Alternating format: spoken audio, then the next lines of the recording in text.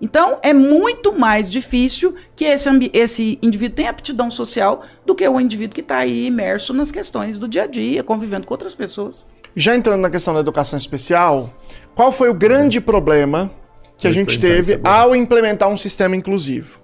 O grande problema foi a ideia equivocada, absolutamente imprópria, de que educação inclusiva é igual a colocar todo mundo na sala comum. E isso aqui é inclusivo. Isso é um grande equívoco, isso está errado. Isso não existe em nenhum lugar do mundo. Não é isso. Educação inclusiva significa fazer uma educação que potencialize ao máximo o potencial de todos os indivíduos para que eles participem plenamente da sociedade. É isso. Agora, o que isso significa? Significa que grande parte desses indivíduos, para desenvolver o seu máximo potencial, deve estar na sala comum. É verdade. Certo? Tá certo. E na sala comum, pode ser que eles precisem de muita ajuda. Por exemplo, pode ser que eles precisem de um acompanhante. E essa perspectiva da inclusão total diz que não tem que ter acompanhante também. Quer dizer, são mais radicais ainda. Então, tem que ter, eventualmente, acompanhante. Diz que não tem que ter adaptação. Tem que ter adaptação. E tem que ter todo o apoio necessário. Mas tem uma parcela dos alunos que não se beneficia de estar na sala comum. Vou te dar um exemplo. Vamos imaginar um aluno que passou primeiro ano, segundo ano, terceiro ano. Ele fala, ele entende, mas ele não se alfabetizou. Primeiro, segundo, terceiro ano, que era a época da alfabetização. Chegou no quarto ano, ele não está alfabetizado. Mas lá, o professor está ensinando gramática, está ensinando ditongo, está ensinando crase. Polissílabo. Como é que ele está numa sala aprendendo sobre crase se ele não é alfabetizado? Não faz o menor sentido, certo? Ele se beneficia mais de estar, nesse momento, nessa aula, numa sala especializada dentro da escola comum. Em vez de estar nessa sala aqui no sétimo A, ele está lá no sétimo B, ou sétimo C. E ele está com um grupo menor de alunos e lá ele está na alfabetização. Ah, ele está no quarto ano. Tudo bem, mas é individualizado, é a alfabetização aqui, ó. E aí talvez ele se alfabetize, é bem provável que isso aconteça, e aí depois talvez ele possa voltar para a sala comum e ele vai seguir o barco. Mas imagina ele estar em todas as aulas, aí todo mundo parte do pressuposto que ele está alfabetizado. Então ele está na aula de história, leia esse texto e analisem. Na aula de geografia, e ele não está entendendo nada. Isso é destruidor emocionalmente para ele. Boa. E academicamente para ele. Então a sala especializada e não só para ganho. ele, né, Luciano? Para todo mundo, pro claro. Professor, pro aluno que tá na sala. A minha filha tá no terceiro colegial, ela tem um colega que é autista de nível de suporte 3. Ela fala, mãe, tem dia que ninguém consegue estudar. Nem ele, nem a gente. Tem dia que é um caos total. Tem dia que ele não aproveita e só a gente aproveita, porque aí o professor também enche o saco, rala ele, fala, você fica quieto, senão eu vou te pôr pra fora da sala, não sei o quê. E faz ele quietar a qualquer preço, a qualquer custo. E aí ele perde e a gente estuda. E tem dia que o caos se instala geral e tem dia que as coisas vão de forma tranquila. Então todo mundo tem prejuízo. E foi tão interessante hoje eu olhando no seu Instagram, porque eu pensei assim, talvez a minha opinião fosse muito radical e talvez muito empírica. Quando eu te vi falando e os seus estudos sobre isso, eu falei, gente, então tá certo. O que eu penso, o que eu opino sobre isso tem uma fundamentação. Então você está aqui falando, trocando em miúdos, que existe prejuízo quando eu faço essa educação inclusiva da forma com que eu faço no Brasil, que é colocar todo mundo de qualquer jeito dentro de uma única sala de aula. Exatamente. E você falou do caso nível 3. Imagina um aluno nível 3, como meu filho, que não é verbal, não fala. Certo? Ele tá na sala de aula, não faz o menor sentido, aquilo tá tendo, não faz o menor sentido. E aí, normalmente ele tá lá no fundo da sala fazendo uma atividadezinha, que ele consegue uma pintura, um pareamento. Mas veja, tem alguém falando pra caramba lá, um professor falando sobre outra coisa, gêneros textuais. Meu filho esse ano tem aula sobre neocolonialismo. Eu contei a história que é o seguinte, esses dias ele tava em casa, ele pegou o celular e a gente foi pro elevador. Chega no elevador, eu falei, cadê o celular? Não vi. O celular, não tem o celular, nada. Aí entrei em casa, procurei. E eu falava pra ele, celular. Não, aí eu fui num lugar, falei, você pegou aqui o celular? Pegou, cadê? Nada. Celular, mostrei, nada. Aí eu falei, vamos sem celular mesmo. Chegou no elevador, ele tava com o celular aqui no sovaco. E eu não tinha visto. Mas veja, ele usa o celular o dia inteiro, o celular é a palavra que a gente fala o dia inteiro, eu mostrei o celular, eu apontei o celular, eu falei celular, e ele não entendeu a palavra celular. Aí ele tem a aula, que o professor está explicando quais são as implicações do pacifismo de Gandhi para o processo de descolonização da Ásia. Entende?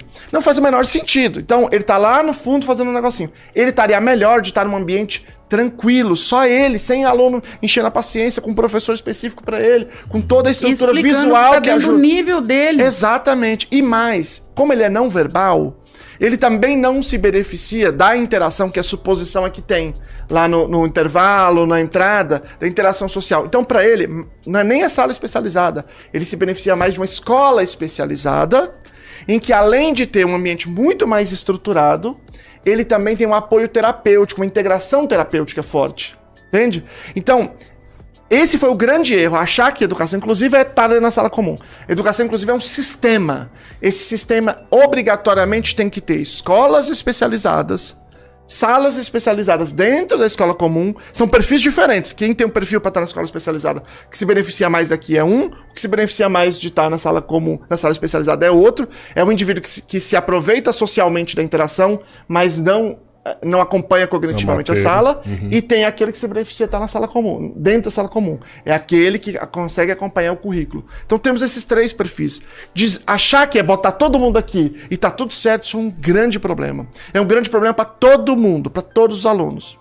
Você acabou de contar o caso da sua filha. Qual que é a suposição? Suposição é a seguinte, bom, tem que estar na sala comum para melhorar a socialização, certo? Essa é a suposição. Mas ele pode estar em outro ambiente. Sim, mas essa é a suposição, certo? Agora, acontece o seguinte, o raciocínio é, se ele estiver na escola, tiver com outras pessoas com desenvolvimento típico, ela vai diminuir o estigma, porque ela está convivendo. Se a sua filha, ou qualquer outra pessoa, só um exemplo, está convivendo com uma criança que tem crises, e que eventualmente tem crises agressivas, ela não diminui o estigma, ela aumenta o estigma. Então, o que as pesquisas mostram que para casos com maior comprometimento... Tem mais prejuízo que ganho. E o prejuízo maior é na área social, que é o contrário do que se pressupunha. E é por isso que todos os países que estavam na rota de eliminar as escolas especializadas voltaram atrás e não eliminaram. Não existe nenhum país desenvolvido que eliminou. Essa é a conversa do Brasil. E essa história, ela, no fundo, ela tem um sentido único, que é economizar dinheiro nas costas das pessoas com deficiência. Porque, obviamente, recursos especializados são caros, né? Mas a suposição era essa. E a suposição se mostrou não só errada, mas o contrário do que a realidade mostrou. A Glória comentou aqui, querem fechar as APAES. Pensando em neurociências e input de dados, que a neurociência vai tratar o cérebro como se fosse um grande computador, né? E aí, falando em termos de neurociências, disso também que você está trazendo, pensando em dados e informações, pensando no cognitivo. Eu vou trazer um exemplo aqui que vai ser simples, mas que talvez nos ajude. É como se eu tivesse um computador aqui, um Mac, e um computador que o sistema é Windows. E eu tentasse imputar os dados da mesma forma, num Mac e num Windows. Eu estou falando de um cérebro neurotípico e de um cérebro neuroatípico. Ou o Windows ou o Mac vai perder. Alguém não vai receber os dados. Então, o cérebro neurodivergente, ele funciona totalmente diferente. Então, se eu imputo os dados, ou trazendo para cá, na sala da minha filha, eu dou a mesma aula para ela e para o colega autista, ou ela perde ou ele perde. Alguém não recebe os dados. O cérebro não imputa esse dado. Para alguém, isso não vai funcionar. Então, até em termos cognitivos, como que a gente coloca todo mundo, e aí entendam do que nós estamos falando, que é o quanto essa educação inclusiva está falha e precisa de melhorias e de reformas e de repensar sobre isso. Quando eu coloco todo mundo numa sala, além de eu não ser inclusivo, além de eu não ter ganho cognitivo, eu ainda passo a ter prejuízo social, que antes era o argumento que se ganhava, tínhamos ganhos sociais. Então, olha o tamanho do negócio. Do pepino, né? E aí não tá funcionando. Pra maioria, como eu disse, pra maioria é benéfico, porque você tem uma proximidade cognitiva que é muito grande. E aí funciona, porque você tá dando a mesma aula e ela tá funcionando. Enquanto tá funcionando, tá tudo bem. Aí, você tem um grupo que não tá funcionando, certo? E não tá, porque tá todo mundo hoje na escola comum. Aí qual que é o discurso? Eu disse, não, porque a inclusão não tá boa, a inclusão tá com problema, não tem estrutura, não tem informação. Não é verdade. Vamos imaginar que essa sala de aula que tem um aluno com autismo nível 3, não verbal. Vamos imaginar que você exige que o professor tenha 6 doutorados. Só pode dar aula se tiver 6 doutorados. Vamos imaginar que você vai botar o salário dela 6 vezes, 50 vezes mais do que ela ganha. Não vai resolver. Não vai resolver. Não é um problema. Às vezes as pessoas dizem, não, é porque tem muito aluno em sala. Tá bom, vamos imaginar que põe 10 alunos em sala. Não vai resolver. Porque neste caso não é um problema de estrutura, não é um problema de formação, não é um problema de investimento. Neste caso é um problema da lógica do sistema. Então, como é que a gente faz para saber se não é isso? Como é que a gente... Porque eu tô falando, você vai dizer, não, isso tá errado, Luciano. Bom, vamos olhar para países que não tem problema de formação. Vamos olhar para países que não tem problema de dinheiro. Vamos olhar para países que não tem problema de superlotação de sala. Podemos olhar para qualquer país. É simples assim, qualquer um, 100%. Eu vou escolher um que é o que eu estudo mais, que eu trago mais por motivos didáticos, que é a Finlândia. A Finlândia, alguém acha que a Finlândia tá com problema de dinheiro? Tá apertada no fim do mês? De jeito nenhum. Né? A Finlândia, os países que têm a melhor educação do mundo hoje são países asiáticos. Então, China, Singapura. Só que a cultura deles é tão diferente que não dá pra gente comparar. É muito diferente. Relação com a família, como a gente já disse, relação com os professores, a relação com a estrutura, é tudo diferente. Então, entre os países ocidentais, a Finlândia é um país que tem uma educação de excelência e que tem uma educação mais humanista, que é um perfil muito que a educação brasileira está mais próxima da educação brasileira. Lá, cerca de 20% dos alunos autistas estão na sala comum 100% do tempo. Cerca de 20% está na sala especializada 20% do tempo. 100% do tempo. E uma parte grande fica parte das aulas na sala comum, parte na sala especializada. E 9% está na sala especializada. Na escola especializada, desculpe.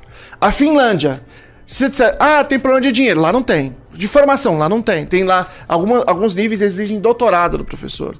É um problema de tamanho de sala. Não é, lá não tem nada disso. Ainda assim, não é por isso, não é só por isso. Nós temos que qualificar a educação inclusiva e isso não quer dizer que a gente não tem que trazer a escola especializada. As duas coisas precisam ser feitas.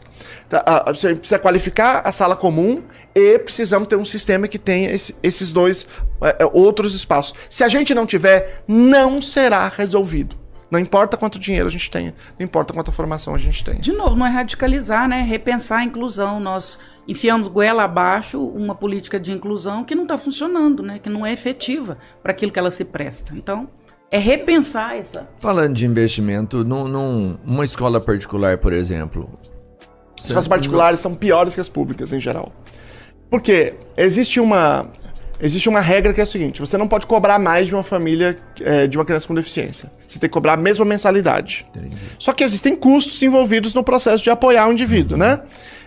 E aí, o que a escola faz? Como as regras não são descritivas, as regras são bem genéricas. Assim, faz tudo o que ele precisa ser feito. Sim, mas e o que é que precisa fazer? Não, tudo que for legal. Não tem uma regra que diz, faça isso, faça aquilo outro, né? Aí, quando a escola particular é muito boa de inclusão, as famílias dizem, você viu que a escola é excelente? É excelente. Aí vai todo mundo, frecha de família lá. Como eles querem evitar que isso aconteça, eles falam assim, não. Eles tratam as famílias da maneira pior possível. Por quê? Porque a família diz assim, cara, a escola é péssima de inclusão. E aí as famílias somem. Entendem? Então, de um modo geral... Claro, tudo tem exceção. Você sempre fala, não radicaliza, tudo tem exceção. Eu conheço escolas particulares sensacionais para inclusão. Tem o Paulicéia em São Paulo, tem a Red House, que é excelente para inclusão, referência. Então tem exceções, mas a maioria não quer receber os alunos com deficiência. Entendi. Porque traz esse custo, né? E qual seria o motivo pelo qual ela talvez fosse evitar essa pecha de não ser inclusiva? Se os pais de crianças sem deficiência dissessem, não, eu não vou deixar meu filho numa escola que não é inclusiva, eu quero isso pro meu filho. Mas eu nunca vi ninguém fazer questão disso, é muito raro um pai que diga, não, eu quero que na escola do meu filho tenha pessoas com deficiência e que tenha um trabalho inclusivo bacana. Então, pros pais que não são pais de crianças com deficiência, não estão nem aí. O seu filho tá em qual série? Meu filho tá no 8º ano. No 9º ano. E você acha que ele absorveu cognitivamente? Zero. Ele só não tá na escola especial porque não tem. E o que ele tá fazendo no 9º ano? É porque é obrigatório. É porque a lei diz que ia ter 17 anos. Então esse ano, o que acontece? Que doidura, senão dá problema pra você. Dá problema pra mim, Então, aí ele foi sendo empurrado? Eu tô falando pelo sistema, não por vocês. Sim, claro. Só que nós... eu era professor da rede, né? Então eu tinha uma proximidade maior e tal. Então a gente conseguiu fazer ele ser retido várias vezes. Inclusive agora foi retido de novo, no 9º ano. Então, ele conseguiu completar a faixa obrigatória agora no 9º ano. Ano que vem ele não vai para o ensino médio. Porque o município ele tem muito mais disposição, muito mais acolhimento. O Estado é péssimo. Péssimo. Todos os estados, de modo... Quer dizer, todos não. A maioria dos estados. Existem algumas exceções, mas os estados são péssimos. O estado de São Paulo é péssimo para educação inclusiva. Péssimo. Você falou pra gente no último episódio, você tem uma preocupação muito grande com a turma que seu filho tá, né?